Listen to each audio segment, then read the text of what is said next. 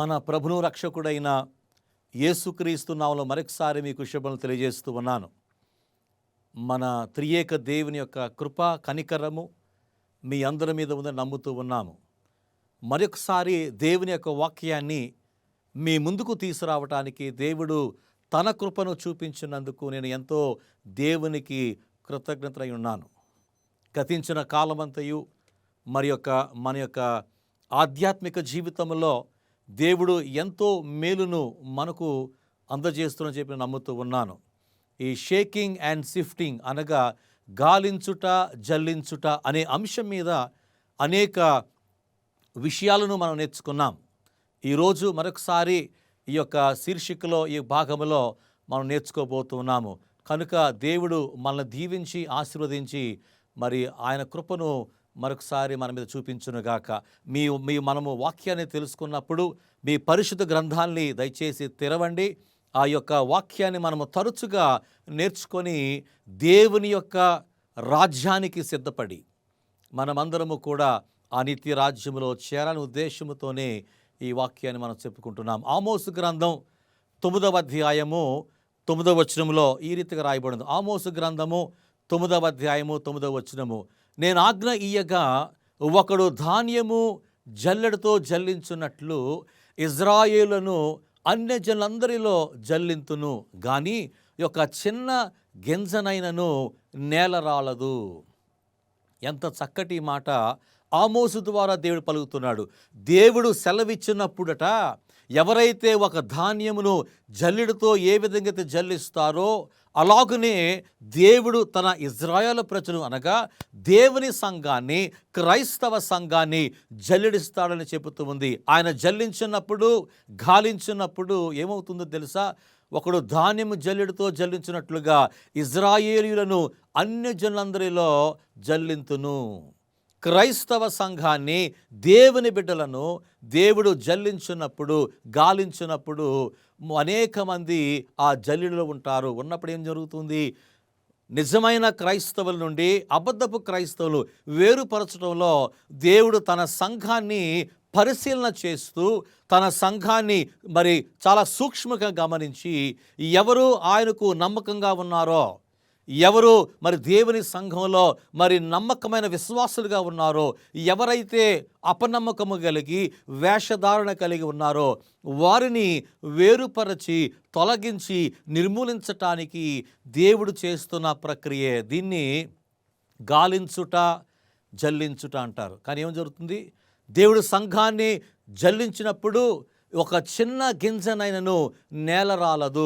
ప్రశస్తమైనటువంటి దేవుని సంఘస్థులు, దేవుని కుమారులు ఆ జలిలో వేయించబడినప్పుడు దేవుడు దాన్ని గాలించినప్పుడు పరలోక రాజ్యానికి ఎవరైతే అర్హులో, పరలోక రాజ్యంలో ఎవరైతే చేరతారో, ఈ లోకములో ఎవరైతే దేవునికి నిజమైన దాసులుగా, దేవునికి మరి నిజమైనటువంటి క్రైస్తవ కుటుంబాలుగా జీవిస్తున్నారో వారిని మాత్రమే దేవుడు ఆ పరలోకానికి వెళ్ళటానికి అర్హులుగా ఎంచబడతారు.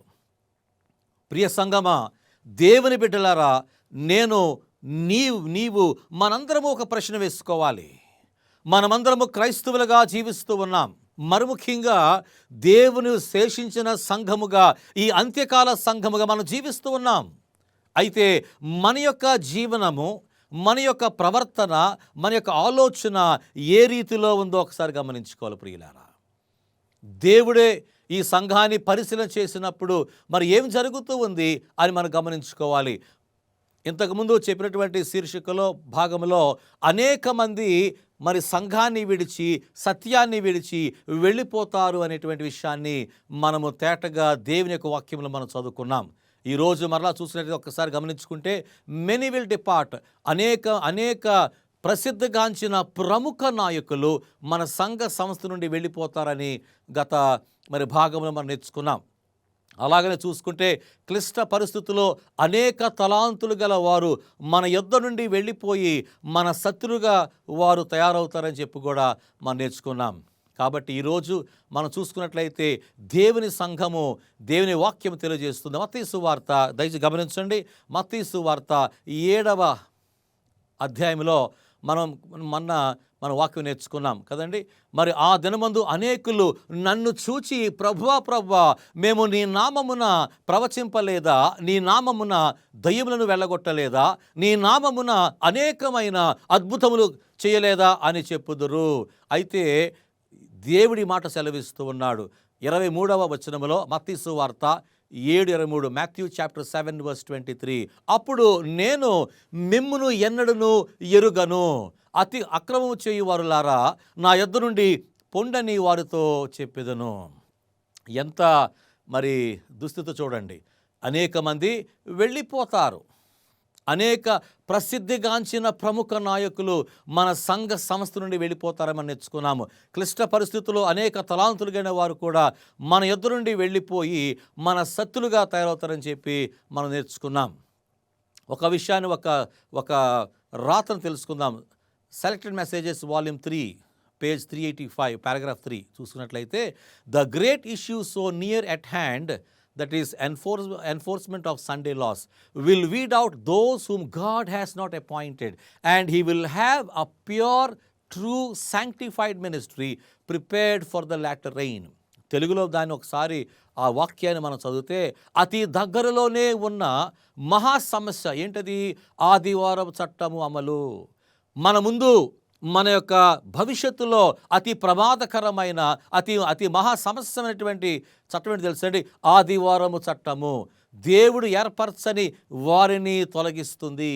ఎప్పుడైతే ఆదివారము చట్టం అమల్లోకి వస్తుందో, జాతీయ ఆదివారం చట్టం అమల్లోకి వస్తుందో, ఎవరైతే దేవుడిని ఏర్పరచరో, ఎవరైతే దేవుడు ఏర్పరచలేదో సంఘంలో, వారిని దేవుడు ఈ రీతిలో ఈ యొక్క జాతీయ ఆదివారం చట్టము అమల్లోకి వచ్చినప్పుడు వారు సహింపక వారు తొలగిపోతారట. కడవరి వర్షానికి సిద్ధంగా ఆయనకు స్వచ్ఛమైన, నిజమైన, పవిత్రమైన సేవ కలిగి ఉంటుంది. కడవరి వర్షం అనగా పరిశుద్ధాత్మకు కుమ్మరింపు ఆఖరి దినాల్లో, ఈ యొక్క అంత్యకాలములో మనమందరము సిద్ధంగా ఉండాలి. ఆయన కొరకు, దేవుని కొరకు, దేవుని యొక్క కృపను బట్టి ఆ పరలోక రాజ్యం వెళ్ళాలంటే మనము కడవరి వర్షం అనగా ఆ పరిశుద్ధాత్మ కుమ్మరింపు ఉంటే కానీ ఆ తర్వాత మనది స్వచ్ఛమైన, నిజమైన, పవిత్రమైన సేవ కలిగి ఉంటుంది. అవును బిడ్డలారా, మనం పరిశుద్ధ గ్రంథం చూసినప్పుడు అపోస్తుల కార్యములో ఆ యొక్క తొలకరి వర్షము, ఎర్లీ రెయిన్ మనం చదువుకున్నాం. ఆ యొక్క శిష్యులు ఆ పైగదిలో ఉన్నప్పుడు పరలోకము నుండి వారికి స్వరము వినబడి ఆ యొక్క మరి పరిశుద్ధాత్మతో నింపబడి వారందరూ కూడా భాషలు మాట్లాడుతూ దేవుని సేవను ఇంకా ముందుకు తీసుకొచ్చారు. అది తొలకరి వర్షము, ఎర్లీ రెయిన్ అన్నాం. పరిశుద్ధాత్మ కుమ్మరింపు, ఆ శిష్యులందరూ కూడా దేవుని యొక్క పరిశుద్ధాత్మ చేత నింపబడిన వారై, ఆది సంఘం నుండి వారు మొదలుకొని నేటి వరకు వారు చూపించిన, కనుపరిచిన, చేసిన ఆ గొప్ప ఆ యొక్క కార్యక్రమం కానీ సేవ ఈ రోజుకు మనకు కనబడుతూ ఉంది. నిజమే ప్రియ సహోదరులారా, ఈ యొక్క అంత్యకాలంలో జీవిస్తున్న మనము ఆ కడవరి వర్షము మనకు అవసరము. ఆ కడవరి వర్షము మన మీద కుమ్మరించాలి అంటే మనము స్వచ్ఛమైన, నిజమైన, వాస్తవమైన మరి హృదయపూర్వకమైనటువంటి విశ్వాసులుగా జీవించాలని దేవుడు కోరుకుంటున్నాడు. గమనించండి, మత్తయి సువార్త 15వ అధ్యాయము 13వ వచనం, Matthew chapter 15:13. I read, but he answered and said, every plant which my heavenly Father hath not planted shall be rooted up. గమనించండి, మత్తయి సువార్త 15వ అధ్యాయము 13వ వచనం, ఆయన పరలోకమందున్న నా తండ్రి నాటని ప్రతి మొక్కయు పెల్లగింపబడును. ఏమన్నాడు? ఆయన ఏం చెప్తున్నాడు? పరలోకమందున్న నా తండ్రి నాటని ప్రతి మొక్క పెల్లగింపబడుతుంది. ఈరోజు దేవుని విశ్వాసులుగా, దేవుని బిడ్డలుగా, దేవుని కుమారులుగా, దేవుని పరిచారకులుగా, దేవుని సంఘ నాయకులుగా మరి సేవ చేస్తున్న మనమందరము కూడా ఏమంటున్నాము? దేవుడు నాటబడినటువంటి మనం మొక్కల వలె మనం ఉన్నాం. అయితే దేవుడు నాటని, దేవుడు తన ఉద్దేశం ద్వారా ప్రణాళిక ద్వారా నాటని ప్రతి మొక్క కూడా ఈరోజు సంఘములో ఎదుగుతూ ఉంది. అందుకే యేసు ప్రభువారు చక్కటి ఉపమానం చెప్పారు. గోధుమలు గురుగులు. అయితే గోధుమలు అయితే అవి నాటబడి ఉన్నవి, కానీ మరి గురుగులు మాత్రం అపవాది వాటిని నాటింపజేశాడు. అయితే యేసు శిష్యులు వచ్చినప్పుడు, అయ్యా మనం గోధుమలు వేసాం కదా, గురుగులు ఎక్కడి నుంచి వచ్చాయి అని ప్రశ్న వేసినప్పుడు యేసు ప్రభువారు అంటారు, అది అపవాది చేసిన పని. గమనించని ప్రియులారా, అనేక సార్లు మన సంఘాల్లో ఉంటున్నప్పుడు ఎంతో అలజడి జరుగుతూ ఉంది, ఎన్నో కలహాలు, మరి కుల భేదాలు, లేకపోతే వ్యత్యాసము కలిగి జీవిస్తూ ఉన్నారు. ప్రజలు కూడా అనేక సార్లు ప్రేమ లేని క్రైస్తవులుగా, ఆప్యాయత లేని క్రైస్తవులుగా జీవిస్తున్న కాలంలో మనం జీవిస్తూ ఉన్నాము. యేసు ఏమన్నాడు తెలుసా? నా తండ్రి నాటని ప్రతి మొక్కయు పెళ్ళగింపబడను. ఎప్పుడు పెళ్ళగింపబడుతుంది? ఒక గమనించుకోవాలి. నీవు నేను మనం పెరికి వేస్తే రాదు, అది మనం చేయలేం. సంఘంలో ఎన్నిటువంటి సమస్యలు ఉన్నప్పటికీ మనం ఆ సంఘాన్ని పరిపూర్ణంగా చేయలేము, పవిత్రంగా చేయలేము. గోధుమలు గురుగులు ఇవి కలిసి పెరుగుతున్నాయి, గోధుమలు గురుగులు కలిసి ఉన్నాయి. యేసు వచ్చినప్పుడే వాటిని పెళ్ళగింపవలెవాడు దేవుడు మాత్రమే. కనుక ఏం చేస్తున్నాడో తెలుసా అండి? ఈ యొక్క సంఘము, దేవుని సంఘము ఎప్పుడైతే గాలించబడుతుందో, జల్లించబడుతుందో, మరి పరిశుద్ధపరచబడుతుందో, దీన్ని శుద్ధీకరిస్తాడో, ఆ సమయంలో దేవుడు నాటని ప్రతి మొక్క దాన్ని తొలగిస్తాడు, నిర్మూలం చేస్తాడు, నాశనం చేస్తాడు. ఒక ప్రశ్న వేసుకుందాం. నేను దేవుని చేత నాటబడిన మొక్కగా ఉన్నానా? దేవుని సంఘములో, దేవుని సంస్థలో, దేవుని కొరకు నేను దేవుని చేత నాటబడిన ఒక మొక్కగా నేను జీవిస్తూ ఉన్నానా? దేవుని చేత నాటబడి ఆయన కొరకు నేను ఫలాలు ఇస్తున్నానా? దేవుని చేత నాటబడిన వాడైతే నా జీవితంలో ఫలాలు కనపడాలి. దేవుని చేత నేను నాటబడినట్లయితే నా యొక్క ఫలాలను ప్రజలు అనుభవించాలి, ఆత్మ ఫలాలు నా జీవితంలో కనపడాలి ప్రభువా అని ఎప్పుడు కూడా ప్రార్థన చేస్తూ ఉండాలి. అందుకే దేవుడు చెప్తున్న, యేసు చెప్తున్నాడు, ఆయన పరలోకమందున్న నా తండ్రి నాటని ప్రతి మొక్కయు పెళ్ళగించబడును. ఒక చక్కటి కొటేషన్ చెప్తాడు, many will stand in our pulpits with the torch of false prophecy in their hands, kindled from the hellish torch of Satan. సాతాను యొక్క చీకటి కాగడ పట్టుకొని అబద్ధపు ప్రవచనాలు అనే కాగడతో అనేకులు మన వేదికల మీద నిలిచియుందురు. గమనించండి, మనం అనేక మంది సేవకులు ఉన్నాం, అనేక మంది బైబిల్ నిపుణులు ఉన్నారు, అనేక మంది బోధలు చేస్తూ ఉన్నారు. అయితే మనలో చాలామంది కూడా, మన సంఘములోనూ చాలామంది కొన్ని సిద్ధాంతాలు నమ్మరు, కొన్ని ప్రవచనాలు నమ్మరు. అయితే తప్పుడు బోధలు చేస్తూ సాతాను యొక్క చీకటి కాగడ పట్టుకొని మన వేదికల మీద, మన పుల్పిట్ మీద వారు ఈ ప్రసంగాలు చేస్తూ, వారు బోధలు చేస్తూ అనేక మందిని తప్పుదావి పట్టిస్తున్న తరుణంలో మనం ఉన్నాం ప్రియులారా.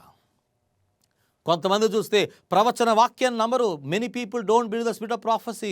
వారు ఎలెన్ జి వైట్ గారి ద్వారా దేవుడి సంఘంతో మాట్లాడాడని ఆమె రాసిన రాతలు మన సంఘానికి ఒక హిత బోధకులుగా ఉన్నాయని, బోధలుగా ఉన్నాయని అనేక మంది గమనించరు. కొంత త్రినుక్రీస్తూ ఉన్నారు, కొంతమంది అయితే మరి తండ్రిని అంగీకరిస్తున్నారు, కుమారుడు అంగీకరించుకున్నారు, కొంతమంది త్రిత్వమును అంగీకరిస్తున్నారు, అంగీకరించక ఉన్నారు. కొంతమంది క్రీస్తు యొక్క మరి పరిచర్య, ఆ విజ్ఞాపన పరిచర్య, లేకపోతే ఆ పరలోక రాజ్యములో ఆ పరిశుద్ధ స్థలములో ఆయన మీ కొరకు మన కొరకు విజ్ఞాపన చేస్తున్నాడని ఆ యాజకత్వపు పరిచర్యను అనేక మంది కూడా నమ్మటం లేదు. సంఘంలో ఉన్నాం, దేవుని ఆరాధిస్తూ ఉన్నాం, దేవుని యొక్క ప్రేమను మనం అనుభవిస్తూ ఉన్నాము, ఆయన ఆశీర్వాదాలు అనుభవిస్తున్నాము. అయితే ప్రతి సబ్బాతున నేను సంఘానికి వెళ్ళిన ప్రతిసారి దేవుని వాక్యం చదువుతున్నప్పటికీ కొన్ని విషయాల్లో మనము పరిశుద్ధ గ్రంథంలో ఉన్నటువంటి ఆ యొక్క అద్భుతమైన సత్యాలను మనం నమ్మలేకపోతున్నాం. అందుచేత ఏం జరుగుతూ ఉంది? అనేక మంది సాతాను యొక్క చీకటి కాగడ పట్టుకొని క్రైస్తవుడిగా ఉంటూనే, ఒక సభ్యుడిగా ఉంటూనే, దేవుని సేవకుడిగా ఉంటూనే మనము ఇటువంటి అసత్యకరమైనటువంటి బోధలు బోధిస్తూ మరి అపాయకరమైనటువంటి బోధలు బోధిస్తూ మరి అమాయక ప్రజలను, అమాయకమైనటువంటి విశ్వాసులను సత్యమును తొలగిపోవటానికి అనేక మంది సహాయపడుతూ ఉన్నారు. అందుకే దేవుడు ఈ సంఘాన్ని, మన సంఘాన్ని శుద్ధీకరించటానికి దేవుడు సంసిద్ధత కలిగి ఉన్నాడు. యెరెమీయా గ్రంథము 14వ అధ్యాయము 14 వచనం. Jeremiah chapter 14 verse 14. ఆంగ్లంలో చక్కగా మాట చెప్తాడు. Then the Lord said unto me, the prophets prophesy lies in my name. I sent them not, neither have I commanded them, neither spoke unto them. They prophesy unto you a false vision and divination, and a thing of naught, and the deceit of their heart. యెరెమీయా గ్రంథము 14వ అధ్యాయము 14 వచనం ఈ రీతిగా తెలుగు రాయబడి ఉంది. యెహోవా నాతో ఇట్లనెను, ప్రవక్తలు నా నామమును బట్టి అబద్ధములు ప్రకటించుచున్నారు. చూసారా, ప్రవక్తులట దేవుని నామమును బట్టి, ఆయన నామములు ఏం చేస్తున్నారు? అబద్ధములు ప్రకటించుచున్నారు. నేను వారిని పంపలేదు, వారికి ఆజ్ఞ ఇయ్యలేదు, వారితో మాట్లాడలేదు. వారు అసత్య దర్శనమును, సుఖనమును, మాయతంత్రమును, తమ హృదయమున పుట్టిన వంచనను ప్రకటన చేయుచున్నారు. ఎంత దుస్థితి చూడండి. ఏమంటున్నాడు? యెహోవా దేవుడు మాట్లాడుతున్నాడు. నా నామమును బట్టి వారు ఏమన్నారు? అబద్ధములు ప్రకటించుచున్నారు. ఈరోజు సంఘాలు చూస్తే ప్రపంచవ్యాప్తముగా బైబిల్ పట్టుకున్న ప్రతి వారు కూడా సత్యాన్ని బోధించట్లేదు ప్రియులారా. బైబిల్ పట్టుకున్న ప్రతివాడు కూడా సత్యాన్ని బోధిస్తున్నాడని మనం నమ్ముతున్నాము. కానీ వారు చెప్పే బోధలు కానీ ప్రవచనాలు చూస్తే అనేకమైనటువంటి అభ్యంతరాలు మనకు కనపడుతూ ఉన్నాయి. కాబట్టి ఇష్టానుసారంగా ఎవరు పెడితే ఈ వాక్యాన్ని వినటానికి మనకి అంత మంచిది కాదు ప్రియులారా. మా పాస్టర్ గారు చెప్పారండి, ఆ బోధకుడు చెప్పాడండి, మనం అని ఎన్నో నమ్ముతున్నాం. కానీ అది చెప్పింది వాస్తవమో నిజమో, అది నిజమైందా కాదా అని మీరు ఎప్పుడైనా పరిశుద్ధ గ్రంథంలో పరిశీలన చేశారా? ఎప్పుడైనా సరే బైబిల్ చదువుకొని, బైబిల్ తెరిచి ఈ వాక్యం మా పాస్టర్ గారు చెప్పారు, ఆ యొక్క ప్రసంగికుడు చెప్పాడు, ఆ యొక్క అతిథిగా చెప్పాడు అని ఎప్పుడైనా సరే మనము గృహాలకు వెళ్ళి పరిశీలన చేశామా? ఎందుకు చేతంటే యెహోవా దేవుడు మాట్లాడుతున్నాడు యెరెమీయా ద్వారా. వారు నేను పంపలేదు. దేవుని నామమున అనేక మంది బయలుదేరారు. దేవుని నామమును బట్టి అనేక మంది బోధకులు ప్రపంచంలో ఉన్నారు. దేవుని పేరు చెప్పుకొని బైబిల్ పట్టుకొని అనేక మంది అసత్యకరమైనటువంటి బోధలు, మరి అబద్ధపు ప్రవక్తలు చెబుతూ ఉన్నారు ఈరోజు. గమనించండి ప్రియ విశ్వాసులారా, దేవుడు మీతో మాట్లాడుతున్నాడు. యెరెమీయా గ్రంథము 14వ అధ్యాయము 14 వచనం. నేను ఆయన పంపలేదు. నా నామమును బట్టి వారు ఎన్నో అబద్ధపు ప్రవచనాలు చేస్తూ ఉన్నారు. ఎందుకు మనము పడిపోతున్నామో తెలుసా? ఎందుకు ఎవరు పెడితే చెప్పింది వారు చెప్పి నమ్ముతున్నామో తెలుసా? ఎవరు మాట్లాడినా ఇది నిజమేమో అని ఎందుకు నమ్ముతున్నామో తెలుసా? మనము పరిశుద్ధ గ్రంథాన్ని మరి స్పష్టంగా చదవట్లేదు కాబట్టి. ఒక ప్రశ్న వేసుకుందాం. లోతుగా మనము ఎప్పుడు బైబిల్ చదివాం? పరిశుద్ధ గ్రంథాన్ని మరి ఎంతగా లోతుగా చదవగలిగాం? ఒక సత్యాన్ని తెలుసుకోవడానికి, మనము లోతుగా అవగాహన చేసుకోవడానికి ప్రార్థన పూర్వకంగా ప్రభువా పరిశుద్ధాత్మ దేవుని మనం అడిగామా? అందుకే అంటున్నాడు యెహోవా దేవుడు మాట్లాడుతున్నాడు, నా నామమును బట్టి అబద్ధములు ప్రకటించుచున్నారు, నేను వారిని పంపలేదు, వారికి ఆజ్ఞ ఇయ్యలేదు. ఏమన్నాడు? నేను వారిని పంపలేదు, వారికి ఆజ్ఞ ఇయ్యలేదు. మరి ఏ ఆజ్ఞ ఎవరితో వచ్చారు? సాతాను చేత పంపబడి, సాతాను యొక్క అనుచరులుగా సంఘాల్లో వారు దూరి, సంఘాల్లో వారు సభ్యత్వము పొంది, సంఘాల్లో మమేకమై మనవలే మన వారితో కలిసి జీవిస్తూనే సాతానుడు పలుకుతున్నటువంటి అసత్యమైన కార్యకలాపాలు కానీ అబద్ధపు మాటలు మాట్లాడుతూ ఉన్నారు. నేను వారికి ఆజ్ఞ ఇవ్వలేదు, వారితో మాట్లాడలేదు అంటున్నాడు. నేను వారిని పంపలేదు, వారికి ఆజ్ఞ ఇవ్వలేదు, వారితో మాట్లాడలేదు. గమనించారా? ఈ లోకంలో లక్షలాది బోధకులు తయారయ్యారు. ప్రతి ఒక్కొక్కరు కూడా పాస్టర్గా ఉన్నారు. ప్రతి ఒక్కరు బైబిల్ చదువుకొని బైబిల్ తీసుకొని ఒక బోధకుడిగా చలమని అవుతున్నారు. దేవునికి వందనాలు. కానీ ఎంతమంది పరిశుద్ధ గ్రంథాన్ని పట్టుకున్న వారు దేవుని వాక్యము నుండి సత్యమైన నిజమైన స్వచ్ఛమైన వాక్యాన్ని చెబుతూ ఉన్నారు.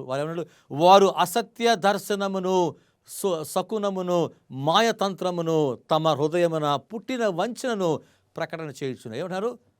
అసత్యమైనటువంటి దర్శనం వారు చెబుతూ ఉన్నారు. ఇంకా మాయా తంత్రములు చెబుతూ ఉన్నారు. వారి మనసులో పుట్టిన వంచనను ప్రకటన చేస్తూ ఉన్నారు. యెరెమీయా గ్రంథము 14 రాస్తున్నాడు. ప్రియులు గమనిద్దాం, మనం చాలా జాగ్రత్తగా వహించాలి ప్రియులారా. అందుకే ఈ సంఘాన్ని దేవుడు ఆయన గాలిస్తాడు. సంఘాన్ని ఆయన పరిశీలన చేసి ఈ అసత్యమైన బోధకులను, అసత్యకరమైనటువంటి ప్రజలను, వేషధారులను ప్రక్కన పెట్టి దేవుడు సంఘాన్ని స్వచ్ఛమైన సంఘముగా తీర్చిదిద్దాలని చెబుతున్నాడు. యెరెమీయా గ్రంథము 23 ఒకసారి చూద్దాం. This is what the Lord Almighty says. Jeremiah chapter 23:16. This is what the Lord's Almighty says. Do not listen to what the prophets are prophesying to you. They fill you with false hopes. They speak visions from their own minds, not from the mouth of the Lord. యెరెమీయా గ్రంథము 23:16 సైన్యములకు అధిపతి యెహోవా ఇలాగు సెలవిస్తున్నాడు. ఏమన్నాడు? సైన్యములకు అధిపతి యెహోవా ఇలాగు సెలవిస్తున్నాడు, మీకు ప్రవచనములు ప్రకటించు ప్రవక్తల మాటలను ఆలకింపకుడి. ఏం చెప్తున్నాడు? ఎవరైతే మీకు బోధిస్తున్నారో, ఎవరైతే మీకు ప్రవచనములు చేస్తున్నారో వారి మాటలను, ఆ ప్రవక్త మాటలను మీరు ఆలకించవద్దు. వారు మిమ్మును భ్రమ పెట్టుదురు. యెరెమీయా గ్రంథము 23:16 వారు మిమ్మలను భ్రమ పెడతారంటున్నాడు. ఎందుకు అవసరము? దేవుని సంఘాన్ని ఎందుకు పరిశీలన చేయడం అవసరము? దేవుని సంఘాన్ని గాలించడం ఎందుకు అవసరము? దేవుని సంఘాన్ని ఎందుకు జల్లించడం అవసరం తెలుసా?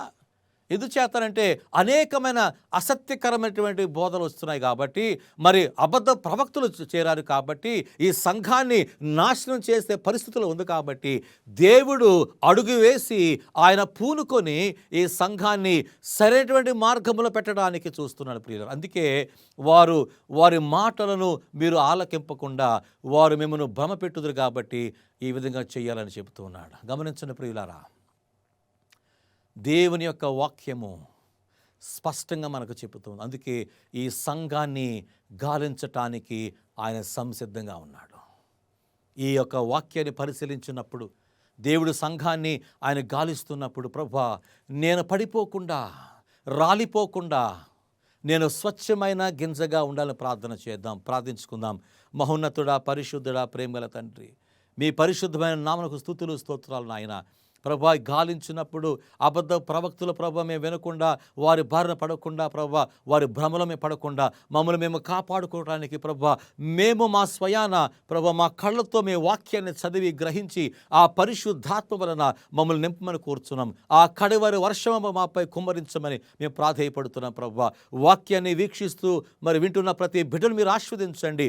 సంఘములో వారు నిలకడగా ఉండి సత్యమైనటువంటి వాక్యాన్ని విని నీ రాజ్యంలో చేరే బాధ్యత దయచేయమని మా ప్రభును రక్షకుడైన యేసుక్రీస్తు నామమున ప్రార్థించి వేడుకుంటున్నాము తండ్రి, ఆమేన్.